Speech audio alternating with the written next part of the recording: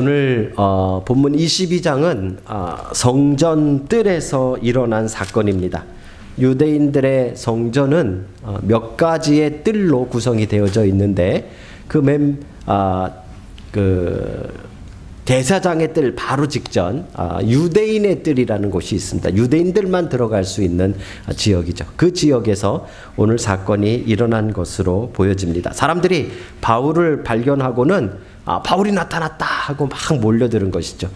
그리고 사람들이 외쳤습니다. 바울이 이방인을 데리고 성전에 들어왔다 하는 것이 바울을 붙잡으려 했던 이유였습니다.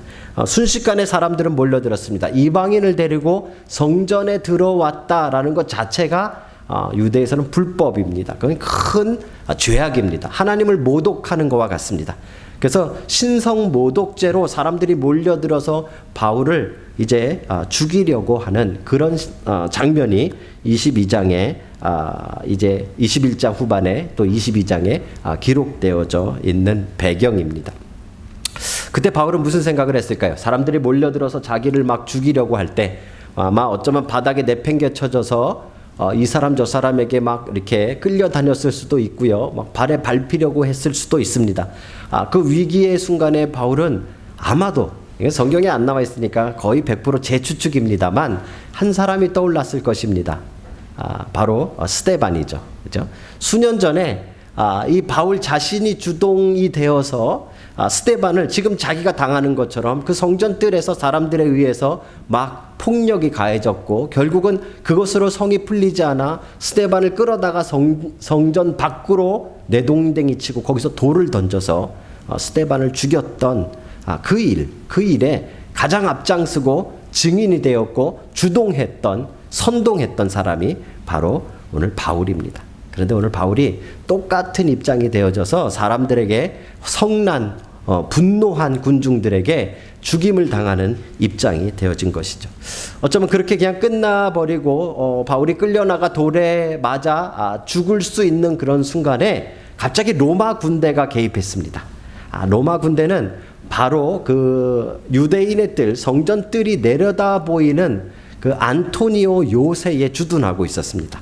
이 명절 때가 되어지면 이제 가이사랴에 있었던 로마 군대가 이 성전에 수많은 사람들이 몰리고 혹시 반란이 일어날 수 있기 때문에 그 안토니오 요새에 앉아서 뜰을 감시합니다. 근데 사람들이 난리가 난 것을 보고 이제 그 소문을 듣고 이제 군대가 출동한 것이죠. 천부장이 왔으니까 아마 밑에 1000명의 부하가 있는 정도의 계급일 것입니다.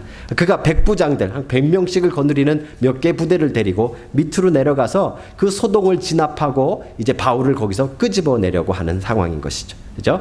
아마 군중들을 해치고 들어가 바울을 사람들에게서부터 떼어놨을 것입니다. 그리고 사람들에게 도대체 왜 그러는지를 물어봤습니다. 도대체 이 사람이 뭘 잘못한 것이냐라고 말했겠죠. 그 상황을 파악하기 위해서. 그랬더니 여기저기서 사람들이 이야기합니다. 바울이 이방인을 데려왔다는 등, 바울이 하나님을 모욕했다는 등, 이런저런 소리가 하나가 아니라 여러 가지로 나오기 시작한 것이죠. 아마도 군중이 몰려서 이런 일을 벌일 때 물론 주동한 사람들이야 분명하게 목적이 있겠지만 대부분의 사람들은 그냥 군중 심리에 이끌려서 나쁜 놈인가 보다 하고 함께 덤벼들었던 것 같습니다. 그래서 여기저기 소리가 다르게 나는 것을 알고 천부장이 더 이상 시끄럽게 하지 않기 위해서 그 바울을 끌어다가 이제 안토니오 요새로 데려갑니다. 그 요새로 가려면 이 성전뜰에서 이제 층계를 올라가서 넘어가야 됩니다. 그렇죠? 근데 성경에 어느 정도로 이 부분이 급박했는가를 설명하는데 21장 36절에 보시면 바울이 층대에 이를 때에 무리의 폭행으로 말미암아 군사들에게 들려가니 이게 어느 정도 상황인가 하냐면요, 사람들이 로마 군대가 일단 출동하면요, 그 당시에 로마 군대는 굉장히 잔인했기 때문에 이렇게 함부로 덤비지 못합니다. 그죠? 하는 걸 그냥 놔둬야 되는데 지금은 사람들이 극도로 흥분했기 때문에 로마 군대가 출동했음에도 불구하고 막 달려드는 겁니다. 그래서 어쩔 수 없이 층대에 가까이 오면서 계단 쪽으로 가면서 바울을 군사들이 높이 들고 사람들 손에서 띄어서 들고 지금 계단을 향해 올라가는 장면을 그리고 있는 것이죠. 굉장히 위험하고 급박한 상황을 그리고 있는 것입니다. 일단 층계에 올라왔으면 이제 층계를 따라 군중들이 이렇게 함부로 올라오지는 못하는 상황입니다. 사람들은 밑에서 막 떠들고 있고 시끄럽게 하고 흥분해 있고 이제 로마 군사들만 계단을 통해서 안토니오 요새로 바울을 옮기는 과정에서 바울이 그 천부장에게 헬라 말로 요청합니다. 바울은 헬라 말도 하고 히브리 말도 할 수 있는 사람이었죠. 그죠? 그가 이 헬라 말로 이 천부장에게 내가 저 사람들에게 할 말이 있다. 나에게 말을 할 수 있도록 기회를 달라라고 요청합니다. 저는 생각해 봤습니다. 왜 천부장이 이 바울에게 그런 기회를 줬을까? 분명히 그런 기회를 나중에 주거든요. 왜 줬을까? 아마도 거기에 천부장이 이런 질문하는 것으로 봐서 네가 그러면 4,000명을 데리고 반란을 일으켰던 그 애굽 사람이냐라고 묻습니다. 이게 무슨 이야기인가 하면 지금 천부장은 온통 머릿속에 이 수많은 사람들이 반란을 일으키면 큰일이다라는 생각만 가지고 있는 것이죠. 자기가 지금 보안을 책임지고 있는데 이 유대인들이 흥분해서 만약에 사고가 나면 자기는 잘리고 자기 온 가족이 몰살당할 수도 있기 때문에 천부장은 지금 극도로 긴장하고 있는 상태입니다. 그런데 이 바울이라는 사람이 시간을 달라 내가 조금 저 사람들에게 변명하겠다, 설명하겠다라고 이야기했을 때 천부장의 마음속에는 아마도 이 사람이 잘 오해를 풀면 문제가 쉽게 해결날 수도 있겠다라는 생각을 했을 것입니다. 그죠? 지금 이게 뭐 데려다가 뭐 고문을 하고 왜 그랬냐, 뭐 증인 붙잡아다가 도대체 무슨 일이냐, 이거 골치 아파지는 겁니다. 그런데 이 사람이 거기 서가지고 야 너네들 왜 이러냐, 내가 이러이러하다라고 자기의 입장을 잘 설명해서 밑에 있는 사람들이 그랬어? 미안해. 이거 하나면 끝나는 일인 것이죠. 그죠? 오해를 풀 수 있는 최저로의 기회가 생긴 것이고 지금 천부장은 바울에게 그 기회를 지금 주고 있는 것입니다. 바울은 그 기회를 잡았습니다. 그래서 층대 위에 올라가서 이제 계단으로 쭉 올라가고 있었으니까 사람들은 밑에서 막 바울을 죽여라, 바울을 잡아라 그러고 난리가 났겠죠. 그 중에 이제 중간쯤에 서서 사람들을 내려다보면서 자기가 말할 수 있는 기회를 가진 것입니다. 바울이 먼저 손을 들어서 사람들에게 조용할 것을 요청했습니다. 그리고 바울이 이제 히브리 말로 이제는 자기의 민족의 말로 사람들에게 이렇게 말합니다. 부형들아, 내 아버지, 내 형제들아. 사람들이 갑자기 바울이 히브리 말로 저 위에서 외치는 소리를 들으면서 잠잠해졌습니다. 무슨 이야기를 하나 이제 들어야겠죠. 그 이야기가 이제 22장에 시작되는 것입니다. 22장 1절에 보시면 이렇게 시작됩니다. 부형들아, 내 아버지, 내 형제들아, 내가 지금 여러분 앞에서 변명하는 말을 들으라.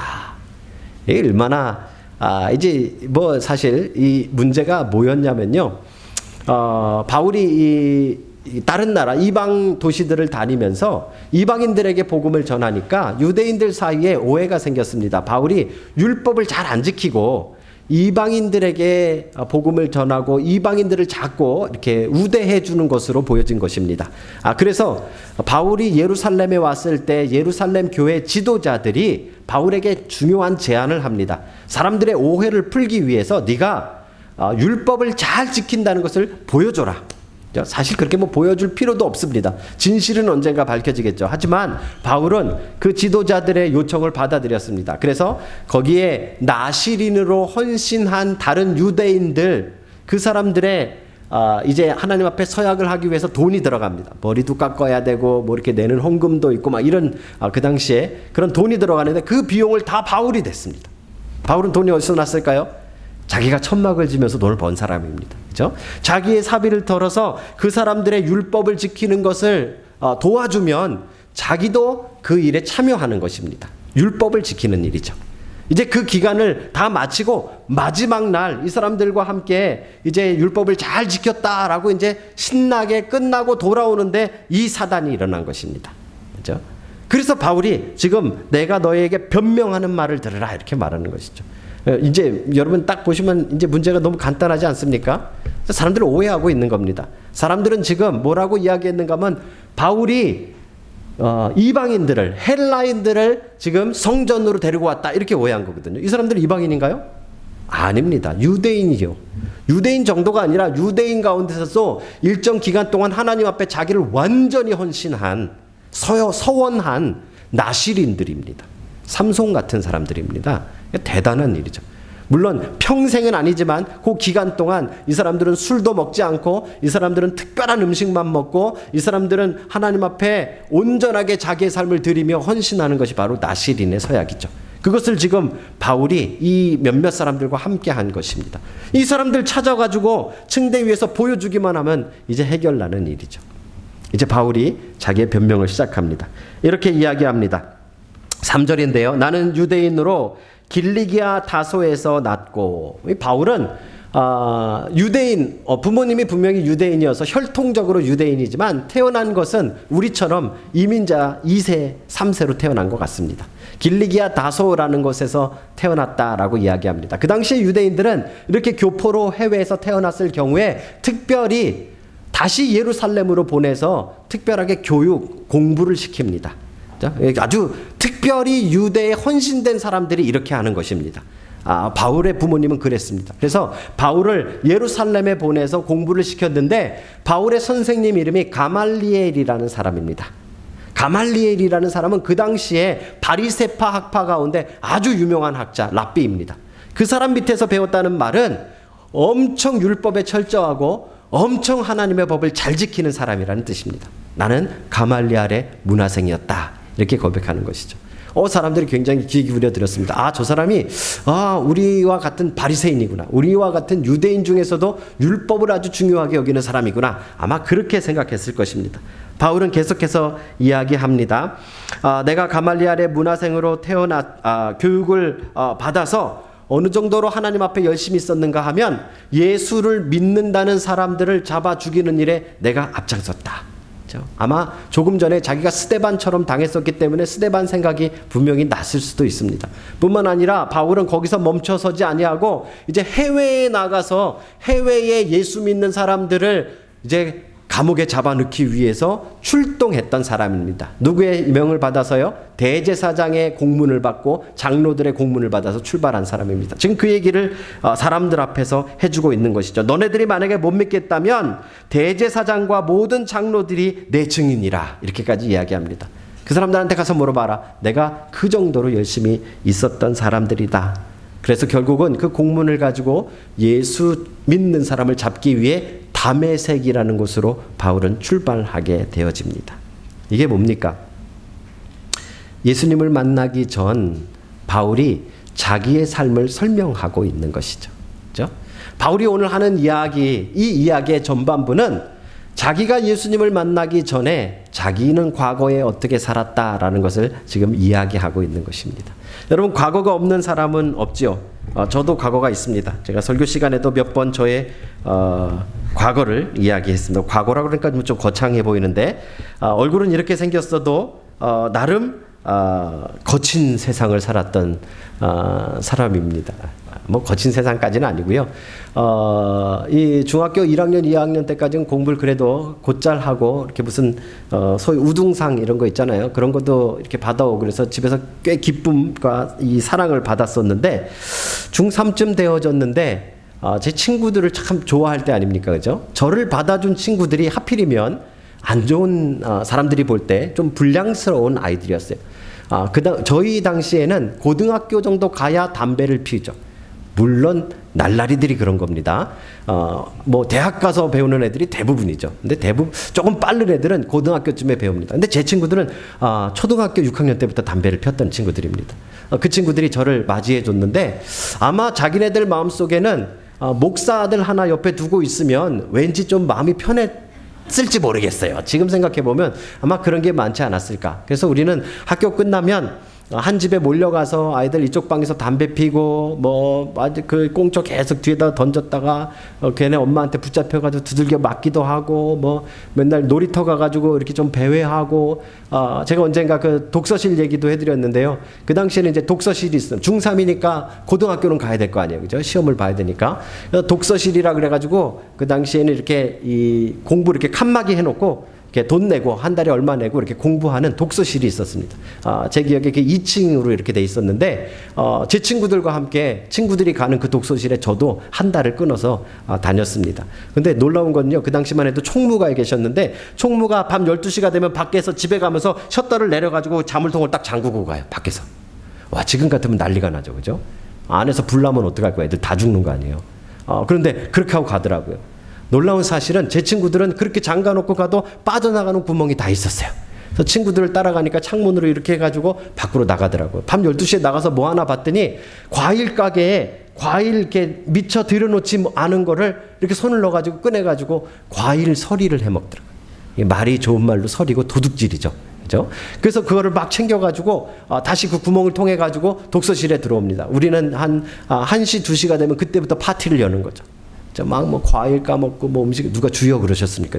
뒤에서 막 이렇게 그렇게 막 즐거운 시간을 보냈죠. 어느 정도로 이 친구들이 조금 조금 안 좋았는가 하면 그 친구들 가운데 저희들 5-6명 같이 놀던 친구들 가운데 고등학교를 들어간 친구가 저 하나밖에 없습니다. 인문계 고등학교. 고등학교도 떨어지는 애들이 참 그런 애들이죠, 그렇죠?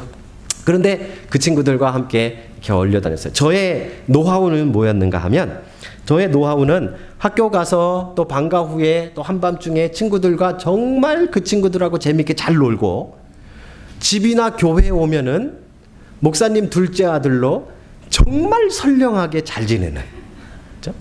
어느 누구도 제가 말썽 피울 거라고는 저희 어머니조차도 상상 못할, 그죠? 교회에서는 늘 저희 딸처럼 봉사하고 뭐 찬양 인도하고 뭐 정말 열심히 정말 신앙 좋은 이 목사님 둘째 아들로 잘 지내고 학교에 가면 정말 잘 지내고 그런 식으로 잘 지내고. 근데 저는 그 이중 생활을 너무 완벽하게 해냈어요. 저희 어머니도 잘 모르시고 한 번 딱 들켰는데 저희 교회에서 문학의 밤, 중고등부 문학의 밤을 하는데 제 친구들이 저 밑에서부터 버스 정류장부터 걸어오는데 백바지를 입고 도끼빗을 뒤에다 딱 꽂고 이러고 차 오는. 그때 또 파마까지 했어요. 애들이 이러고 오더라고요. 사람들이 난리가 났어요. 뭐 저런 애들은 누구냐? 누가 불렀냐? 막 난리가 났죠. 저는 구석에 가만히 앉아있고. 근데 딱 들어오자마자 애들이 뭐라 하는지 아세요? 성준아, 우리 왔다! 저희 아버지가 그날 아무 말씀도 안 하시더라고요. 아무 말씀도 안 하시고 애들 가면서 저녁 사주라고 돈을 주셨어요. 저는 그게 아직도 제 마음속에 크게 남아있습니다. 저희 아들도 혹시 그런 친구들 데려오면 제가 저녁 먹으라고 돈 줘야겠다 늘 생각을 하는데 아직 그런 친구들은 안 데려오더라고요. 그렇죠? 누구나 과거가 있습니다. 그렇죠? 바울도 자기의 과거를 이야기합니다. 그렇게 살았던 바울이 놀라운 변화를 겪는데 예수 믿는 사람을 박해하기 위해서 핍박하기 위해서 다메섹으로 가던 그 길에서 정확하게 바울이 설명하기를 한 오정쯤 되어서 시간까지도 거의 기억합니다. 그죠? 밝은 빛이 자기를 둘러쌌다라고 이야기합니다. 그냥 이렇게 빛이 비춰온 게 아니라 완전히 빛에 둘러싸였다라고 설명하는 것이죠. 그죠? 그 빛이 얼마나 강했는지 바울은 그 자리에서 꼬꾸라졌습니다. 그리고 이제 음성이 들리기 시작합니다. 바울의 또 다른 이름이 사울입니다. 사울아, 사울아, 네가 왜 나를 핍박하느냐? 사울아, 사울아, 네가 왜 나를 핍박하느냐? 바울은 너무 깜짝 놀랐습니다. 그래서 주여 누구시니까? 라고 묻습니다. 그랬더니 음성이 들려옵니다. 나는 네가 핍박하는 예수라. 그렇죠? 바울은 그 음성을 듣고 그 자리에서 꼬꾸라졌습니다. 함께 했던 사람들도 빛은 함께 봤지만 그 소리는 바울만 들었습니다. 바울은 덜덜 떨면서 눈을 멀었습니다.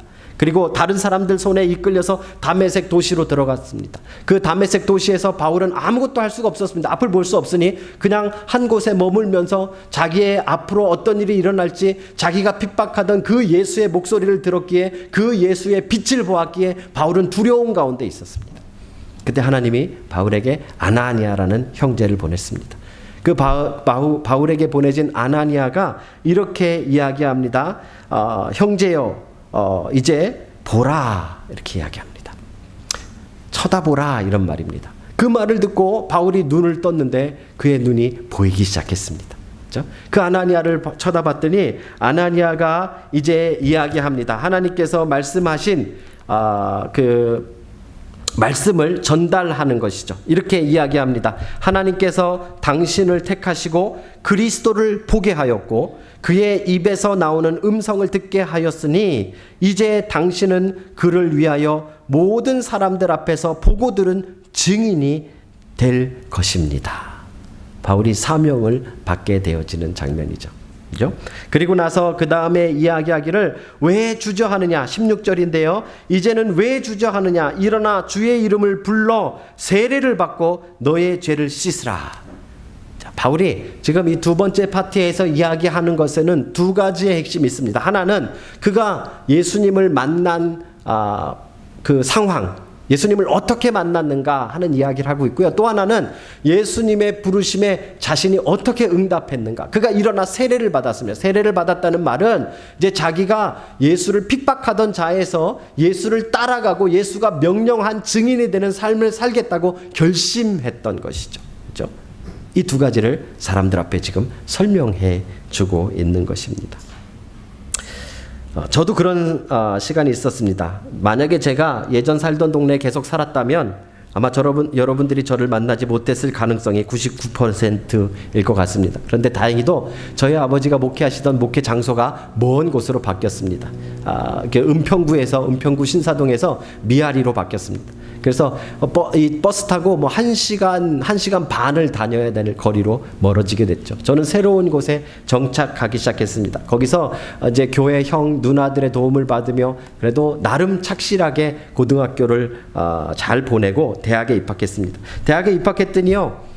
너무 좋은 거 있죠. 뭐 요즘은 대학에 들어가도 취직하려고 공부하느라고 바쁘다 하더라고요. 근데 저희 때는 대학 들어가면 이제 공부 끝, 이제 이 즐거움의 시작이었습니다. 그래서 막 열심히 몇 달 동안을 친구들과 놀았습니다. 아이들이 맥주 먹는 것도 가르쳐주고, 물론 먹을 줄 알았지만 가르쳐준 거죠. 그리고 뭐 당구도 가르쳐주고, 뭐 아이들과 함께 같이 뭐 나이트클럽도 가고 막 신나게 몇 개월을 막 그렇게 열심히 지냈습니다. 물론 주일날에는 가장 경건하게 교회 가서 찬양 인도하고 주일학교 선생님도 하고, 저희 형이 성가대 지휘하다가 군대를 갔는데 대신 제가 성가대 지휘도 하고 열심히 봉사를 하며 그렇게 살았었죠. 그랬는데요, 저희 과 선배 한 사람이 찾아왔습니다. 요만한 티켓을 한 장 가지고 왔습니다. 그러면서 중앙대학교에서 있는, 제가 다닌 학교가 중앙대학교였는데요, 인생문제 대수련회라는 이 수련회에 참석할 것을 권했습니다. 여러분, 수련회 하면 이렇게 꼭 가는 친구들도 있지만 뭐 굳이 가도 되는데 안 가는 사람도 자기가 많잖아요. 그죠? 저는 안 가도 되는데 하는 생각을 가지고 있는 사람이었습니다. 그래서 뭐 굳이 그가 있나? 나는 지금도 열심히 교회에서 잘 봉사하고 있고, 신앙생활 주일날 안 빠지고 있고, 우리 아버지는 목사고, 그죠? 그리고 나는 뭐 찬양인도도 하고, 주일학교 애들한테 선생님도 하고 있는데, 내가 그런데 무슨 인생문제 대수련회 이런 데 갈 필요가 있나? 라고 생각을 했지만, 선배가 무서워서 할 수 없이 따라갔습니다. 그죠? 따라갔는데요. 첫날에 끝났는데 사람들이 막 밤중에 도망가는 거예요. 수련회를 뭐 양술인가 어디 이렇게 먼 데로 들어갔는데 차도 없는데 사람들이 탈출하는 사람들이 행렬을 쫙 써가지고 다 가는 거예요. 저도 가고 싶었어요. 버스만 있었으면 갔을 거예요. 근데 걸어서 거기를 그 사람들처럼 나갈 만한 용기는 없었어요. 그래서 남아있었죠. 마지막 날까지 나에게는 아무 별일도 일어나지 않았습니다. 마지막 날 목사님이 앞에서 이제 마지막 집회를 인도하시다가 언젠가도 말씀드렸지만 여러분, 그 콜링이라는 게 있잖아요. 예수님 영접하기로 결단하는 사람, 복음을 제시한 후에 받을 사람 일어나서 이렇게 그 기도 따라하라고 하는 그런 콜링. 뭐 사실 수없이 봤죠. 우리 아버지도 하는 거 봤고, 그죠? 그런데 그날따라 그 콜링을 하는데 제가 저좀 앞쪽쯤에 앉아가지고 이렇게 무릎 꿇고 있었어요. 그런데 그분이 자꾸 예수님을 영접한 적이 없으면 이렇게 표현하는 거예요. 영접해 본 적이 없으면 당신은 그리스도인이 아니래요. 나는 그리스도인인데, 나는 목사들인데, 나는 교회 열심히 다니고 찬양인도도 하고 또 주일학교 선생도 하고 있는데, 만약에 예수님을 영접한 적이 없으면 그리스도인이 아니래요. 근데 내 안에 그리스도를 영접했는지 안 했는지 그게 기억이 안 나는 거예요. 한 것 같기도 하고 안 한 것 같기도 하고. 나는 분명히 크리스찬 같은데 좀 혹시 아니면 어떡하나 하는 불안감이 조금 생겼어요. 그렇죠? 그런데 그 당시에 몇몇 강사님들, 특별히 그 최 목사님 같은 경우는 특별한 방법을 쓰셨습니다. 이 불안감을 조성하는 거죠.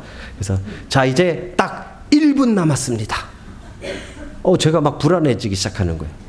그래서 한번 일어날까 말까 하다가 거의 엉덩이를 이렇게 들었다가, 그래도 주변 사람들이 혹시나 다 눈 감으라고 했지만 뒤에 있는 누군가가 눈을 떠서 봤다면 쟤 목사들이라며, 쟤 무슨 뭐 찬양인도 한다며, 뭐 이런 얘기 들을까봐 도저히 벌떡 일어나지는 못하겠더라고요. 그래서 엉덩이를 들썩들썩하다 딱 내렸어요. 그랬더니 그 목사님이 이야기하시는 거예요. 당신이 목사 아들일지라도 예수 그리스도를 영접하지 않았으면 당신은 그리스도인이 아닙니다. 와, 근데요, 마치 진짜 망치에 뭘 맞은 것 같아요. 와, 그냥 막 가슴은 더 벌렁벌렁 뛰고 엉덩이는 더 들썩들썩하고, 근데 더 창피하고, 와, 무서워 죽겠고, 막 불안하고 막 이런. 일어날까 말까, 막 일어날까 말까, 또 못 일어났어요.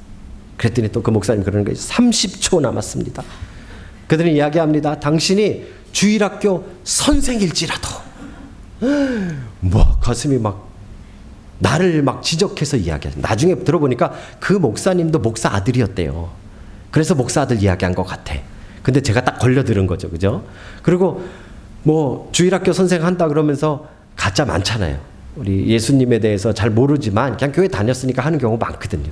그러니까 막 이렇게 던졌는지 모르겠지만 제가 막 걸렸어요. 낚싯줄에 막 걸린 것 같아. 막 불안했어요. 그죠? 그래도 못 일어났어요. 나중에 그러시더라고요. 당신이 목사 아들, 그다음에 주일학교 선생님, 성가대 지휘, 뭐 찬양 인도를 할지라도, 그죠? 찬양 인도를 할지라도 당신이 예수 그리스도를 영접하지 않았으면 하나님의 자녀가 아닙니다. 너무 놀래가지고요. 그냥 에라 모르겠다 일어났어요. 일어나서 영접 기도를 따라했어요. 뭐 아무런 일도 없었어요. 그런데요, 기도를 하고 그 다음에 팍 엎어져서 이렇게 무릎을 꿇었는데요, 정신없이 눈물 콧물이 쏟아지기 시작하는 거예요. 제가 그렇게 하나님 앞에 죄인이고 정말 이중적으로, 사람들은 아마 우리 어머니까지도 제가 그렇게 죄인이라고 생각은 안 했을 거예요. 근데요, 아까 얘기했던 그 과일 훔쳐먹던 그런 거부터 시작해서 제 마음속에요, 제가 얼마나 부끄럽고 창피한지 막 울고 하나님 앞에 회개했어요. 그런데 나중에 일어났더니요, 성경책이 눈물 콧물에 막 찌그러져가지고요, 쭈글쭈글해질 정도로. 그리고 하나님 앞에 기도했어요. 이제 하나님의 자녀가 되기를 원합니다. 하나님의 자녀로 살기 원합니다. 그렇죠? 바울은 세례를 받으며 그 사명을 받았어요. 이제 증인이 되리라. 그렇죠? 그런데 바울이 그 사명을 가졌는데 바로 증인이 됐을까요? 그가 증인이 돼서 사람들에게 내가 예수님을 만났다라고 이야기할 때 사람들이 다 잘 들어줬을까요? 전혀 그렇지 않습니다. 여러분, 바울이 다메섹에서부터 시작해가지고 그 위쪽 지방에서 이제 예수 그리스도를 전하기 시작했어요. 예수를 핍박하던 사람이 예수를 전하기 시작했는데요, 믿어주는 사람이 아무도 없는 거예요. 저 바울 저것도 작전 쓰나 보다. 저 바울 저 인간이 또 속임수 쓰는 거 아니냐. 괜히 바울과 교제하다가 그 끌려 들어갈지도 모르니까 조심해라. 이런 이야기만 돌고 바울은 점점점 외로워지고 점점점 힘든 사역을 하게 되어지는 것이죠. 바울이 생각했어요. 이래가지고는 안 되겠다. 이래가지고는 안 되겠다. 예루살렘으로 가자. 예루살렘에 가서 이제 사도들을 만나고 형제들을 만나서 그들과 교제하면 사람들이 이제 인정해 주겠지. 아마 그런 마음을 가졌을 것 같아요. 그래서 바울은 계속해서 예루살렘으로 갈 마음을 가졌어요. 그리고 실제로 예루살렘으로 왔습니다. 17절입니다. 후에 내가 예루살렘으로 돌아와서 성전에서 기도할 때에, 그가 이제 예루살렘에 와서 성전에 가서 하나님 앞에 기도하는데 놀랍게도 하나님이 뭐라고 말씀하셨는가 하면 내가 예루살렘을 떠나라 라고 말씀하셨어요. 이 놀라운 일이 일어났습니다. 그 전까지 이제 자기는 완전히 새로운 사람이 됐고 이제 예수님을 영접했고 이제 예수님의 자녀, 하나님의 자녀가 됐다라고 생각하고 막 예수를 증거하고 다녔는데 예루살렘에 와서 또 다른 사명을 받는 거예요. 여러분들이 이제 예수님을 믿고 신앙생활을 하게 되어지면요, 바울처럼 특별한 경험이 있던 없던 중요하지 않고요, 이제 하나님의 자녀가 되어졌다면 그 이후에 바뀐 삶이 있어야 되는 거예요. 그렇죠? 뭐가 바뀌는가 하면 그 이전까지는 자기가 계획했던 그 목적대로 살아가는 거예요. 바울의 목적은 예수 믿는 사람을 잡아 죽이는 것이 그 삶의 목적이었어요. 그런데 예수를 만난 다음부터는 그 목적이 하나님으로부터 오는 거예요. 그걸 사명이라고 부르는 거예요. 그렇죠? 여러분들은 이제 예수 그리스도를 믿었기 때문에 그 이후에 해야 하는 일이 무엇인가 하면 이 사명을 따라 살아가는 것이. 오늘 본문에 보면 21절입니다. 이렇게 나와 있습니다. 나더러 또 이르시되, 그죠? 하나님께서 말씀하시는 겁니다. 떠나가라. 내가 너를 멀리 이방인에게로 보내리라 하셨느니라. 바울이 사명을 받은 거예요. 그 이전까지는 증인이 되리라 해서 증인으로 살려고 열심히 했는데 분명하지 않았어요. 그런데 이 말씀을 통해서 자기가 무엇을 해야 되는지 분명한 인생의 방향이 생긴 거예요. 뭐예요? 이방인들에게 보내리라. 그래서 바울은 이방인들에게 복음을 증거하는 사람이 된 거예요. 근데 이제 놀라운 일이 일어났습니다. 이 이방인이라는 단어를 들었더니 지금 이 층대에서 바울이 이야기하고 있고 밑에 유대인들이 그 이야기를 듣고 있었잖아요. 그 유대인들의 생각에 바울의 죄는 무엇인가 하면 지금 이방인을 데리고 성전에 들어왔다는 오해를 하고 있었습니다. 그런데 바울의 입에서 나는 이방인을 위해서 보냄받았다라고 말을 하자 난리가 난 거죠. 흥분하기 시작했습니다. 그래서 성경에 보면 이 사람들이 자기의 옷을 찢어서 벗어 던졌습니다. 23절입니다. 떠들며 옷을 벗어 던지고, 그죠? 티끌을 공중에 날리니 막 흙을 막 위에 날리면서 막 소리를 지르고 옷을 찢고, 이건 유대인들이 가장 참남한 일, 가장 비참한 일, 가장 화가 나는 일, 가장 슬픈 일을 당했을 때 하는 행동들이에요. 수백 명, 수천 명이 그 뜰에 꽉 차가지고 사람들이 다 같이 옷을 찢고 소리를 지르고 막 티끌을 던진다고 생각해 보세요. 난리가 난 거죠. 천부장도 난리가 났어요. 야, 이거 얘가 뭐 변명을 한다 그래가지고 이야기하면 뭐가 해결되나 보다 생각을 했는데 해결되기는커녕 사람들을 더 흥분시키고 사람들을 더 화가 나게 만들어버렸으니 이거 어떡하냐. 야, 끌어다가 일단 채찍으로 때려라. 그래서요, 요새를 끌고 가서 바울을 채찍으로 사정없이 치기 시작했다라는 것입니다. 오늘 본문은 바로 바울의 간증 이야기입니다. 바울은 자기의 누명을 풀 수 있는 그 절호의 찬스를, 제가 제일 좋아하는 본문 중에 하나입니다. 아마 우리 급평교회 성도님들은 한 2번 이상 들으셨을 거예요. 그죠? 저는 이 부분을 너무 좋아해요. 왜냐하면 바울이 어쩌면 너무 간단하게 풀 수 있는 이 문제를, 너무 간단하게 변명할 수 있는 이 사건을 바울은 그 자신을 변명하는 데 쓰지 않고 간증하는 데 썼다는, 그죠? 너무 간단한 거예요. 야, 아니야, 내가 지금 데려온 애들이 유대인이야. 나실인 서약한 애들이야. 그리고 걔네들만 올라오라고 찾아가지고 그 층대 위에 세우기만 하면 모든 문제가 끝나는 거예요. 사람들이 정말 창피해서 돌아갔을 거예요. 아, 우리가 잘못 봤구나, 미안해, 이러고 끝났을 거예요. 그렇죠? 그런데 그 절호의 찬스를 받아가지고 사람들에게 이야기해야 되는데, 자기가 예수를 만나기 전에 어떻게 살았고, 예수를 만났을 때 어땠고, 예수 만난 후에 어떤 삶을 살고 있는가, 자기 사명에 대해서 이야기하는 거잖아요. 그것도 이야기 다 끝나기 전에 이방인이라는 단어 듣고 사람들이 흥분해서 난리가 났다는 것이죠. 사랑하는 성도 여러분, 우리는 하나님으로부터 특별한 사명을 하나씩 받았습니다. 그것은 여러분들이 선교지를 가라, 뭐 어디 딴 나라로 가고, 뭐 다른 도시로 가고, 뭐 다 목사가 되고 그러실 필요는 없습니다. 하나님은 그렇게 좁게 부르시지 않습니다. 다양하고 넓게 부르십니다. 하지만 여러분들이 어떤 인생을 살든지 간에 여러분과 제가 해야 할 한 가지가 분명한 것이 있는데, 그것은 하나님을 증거하는 삶입니다. 그걸 우리는 간증이라고 부르죠. 그렇죠? 내가 예수님을 만나기 전에 어땠고, 예수님을 만났을 때 어땠고, 예수님을 만난 다음에 어떻게 변했는지를 증거하는 것입니다. 아마 아까 예수님을 만났을 때, 대학생 때의 그 고백을 아마 2-3번씩 들으셨을 거예요. 그래서 저도 이거를 또 할까 말까 고민을 많이 하다가 하기로 결정한 거예요. 왜 그랬을까요? 바울 때문에 그렇습니다. 바울이 간증하는 그 모습을 가만히 보니까 우리가 왜 간증을 못하는지가 나오는 거예요. 여러분 삶 가운데서 여러분들이 만나는 사람들에게 예수님에 대해서 증거하십니까? 여러분이 만난 예수님이 어떤 분이라고 여러분 이야기하십니까? 여러분들이 예수님 만나기 전에 어떻게 살다가 예수님을 만났더니 이렇더라고 이야기하십니까? 얘기 안 하잖아요. 보니까 저도 잘 안 해. 저도 이 예수님 만난 이야기를 특별한 간증 때만 해요. 집회 때 해요. 이런 주일 예배 때 잘 안 하려고 해요.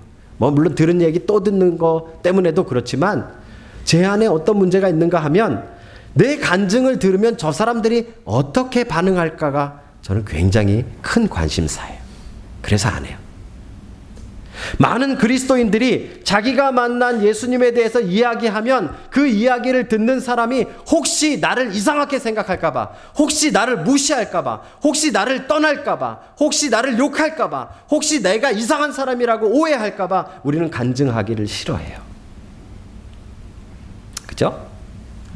여러분들은 어떠세요? 여러분들 간증 많이 하고 계세요? 어쩌면 보면 바울 이야기대로 한다면 이 정말 때를 얻든지 못 얻든지 어떻게 보면 내가 살아날 수 있는 최고의 변론 기회에도 해야 하는 것이 간증이에요. 그만큼 우리에게 중대한 것이 간증이라는 말이에요. 그런데 여러분들 간증해 본 적이 언제가 마지막이세요? 여러분 친구에게, 여러분 가정에서 또는 여러분 직장에서 내가 예수 믿는 사람이고 나는 예수님을 이렇게 만났다라고 말해 보신 적이 한 번이라도 있으세요? 왜 안 하세요? 왜? 우리는 그 이야기를 듣는 사람의 반응을 두려워하기 때문에, 이 이야기를 들으면 이 사람들이 이상하게 생각할까 봐, 이 이야기를 들으면 혹시 저 사람이 나를 멀리할까 봐, 저 미치광인가 보다, 저 조금 뭐라 하죠, 그 광신자인가 보다, 혹시 이런 이야기 들을까 봐 우리는 우리가 만난 예수님을 말하기 꺼려합니다. 그죠? 근데 오늘 잘 보세요. 바울이 자기의 간증을 했더니 우리는 뭘 기대했는가 하면, 간증하면 그 간증을 들은 사람들이 그래 나도 예수 믿어야겠다, 우리 이거 기대하잖아요. 그죠? 간증하면 그런 신기한 일이, 정말 하나님은 살아계시구나, 이거 간증, 우리는 간증의 결과로, 반응으로 그런 거 기대하잖아요. 그죠? 근데 오늘 바울을 보세요. 바울은 전혀 그런 기대를 갖고 있지 않습니다. 그죠? 바울은 아마 사람들이 더 흥분할 거를 알았을지도 몰라요. 바울은 아마 이방인 얘기하면 사람들이 돌 던질 거 알았을 거예요. 그죠? 그럼에도 불구하고 바울은 간증을 하는 거예요. 간증은 듣는 사람의 반응에 따라 달라지는 것이 아니라, 듣는 사람 반응에 따라서 하고 안 하고를 정하는 것이 아니라, 간증은 나에게 맡겨준 사명이기 때문에 하는 거예요. 바울은 지금 우리에게 그것을 보여주고 있는 것입니다. 사랑하는 성도 여러분, 우리는 어떤 삶을 살고 있습니까? 언젠가도 말씀드렸지만 우리 자매들 같은 경우에 인터넷 이렇게 보다가 우리가 좋아하는 화장품 50% 세일하는 데 있으면 난리가 납니다. 카톡. 너 이거 봤어? 너 이거 봤어? 야, 이거 2개 살까? 3개 살까? 난리가 나죠. 그죠? 50% 할인만 해도 우리는 막 그 소식을 온 세계에 다 전파하고 난리예요. 그죠? 뭐 좀 재밌는 동영상, 요즘 뭐 그런 거 뭐 짤이라 그러나요? 뭐 그런 거 하나 올라오면요, 난리가 나요. 얼마 전에 새해 복 많이 받으세요 할 때 뭐 축구 선수들 가운데 이렇게 서로 둘이 싸워가지고 빡 바닥에 엎드러지는 장면이 있더라고요. 그걸 누가 이렇게 캡처했어, 동영상을. 그래가지고 끝에 새해 복 많이 받으세요로 바꿔가지고 저한테 보내왔어요. 저한테 그거를 한국에서 보내온 친구가 4명, 5명입니다. 너무 신나는 걸 발견했기 때문에 해외에 있는 친구에게 보내는 거예요. 우린 이러고 사는 거예요. 그렇죠? 세일만 조금 해도, 조금만 재밌어도 우리는 온 세계에 다 전파하고 싶은 마음을 가지고 살아요. 그런데 왜 복음은 안 해요? 그런데 왜 예수님 만난 건 안 해요? 우리가 간증하면 그것을 듣는 사람의 반응이 나를 미워하고 또 나를 싫어하고 나를 오해할까 봐 두려워서 그런 거죠. 사랑하는 성도 여러분, 바울은 오늘 우리에게 엄청난 도전을 주고 있습니다. 자기가 살아날 수 있는 유일한 변명의 기회를 그 간증의 시간으로 바꿨어요. 그렇죠? 왜요? 반응은 안 좋아요. 막 옷을 찢고 막 흥분하고 막 다들 막 슬퍼하고 난리가 났어요. 하지만 바울은 전해요. 왜죠? 그게 자기에게 주신 사명이기 때문에 그렇습니다. 사랑하는 성도 여러분, 여러분과 저는 같은 사명을 받았습니다. 우리가 그리스도인이라면 우리는 입을 다물고 살 수 없는 자들입니다. 너희는 세상의 빛이니, 빛은 이 책상 밑에 두지 않는, 등경 아래 두지 않는다 그랬어요. 빛은 높이 들어서 사람들이 볼 수 있게 한다 그랬어요. 그게 뭐예요? 그게 여러분들의 간증이에요. 그게 뭐예요? 그게 여러분들이 예수 믿는 삶을 사람들에게 보이는 것이에요. 여러분, 그 사명을 되찾는 여러분과 제가 되기를 주의 이름으로 축복합니다.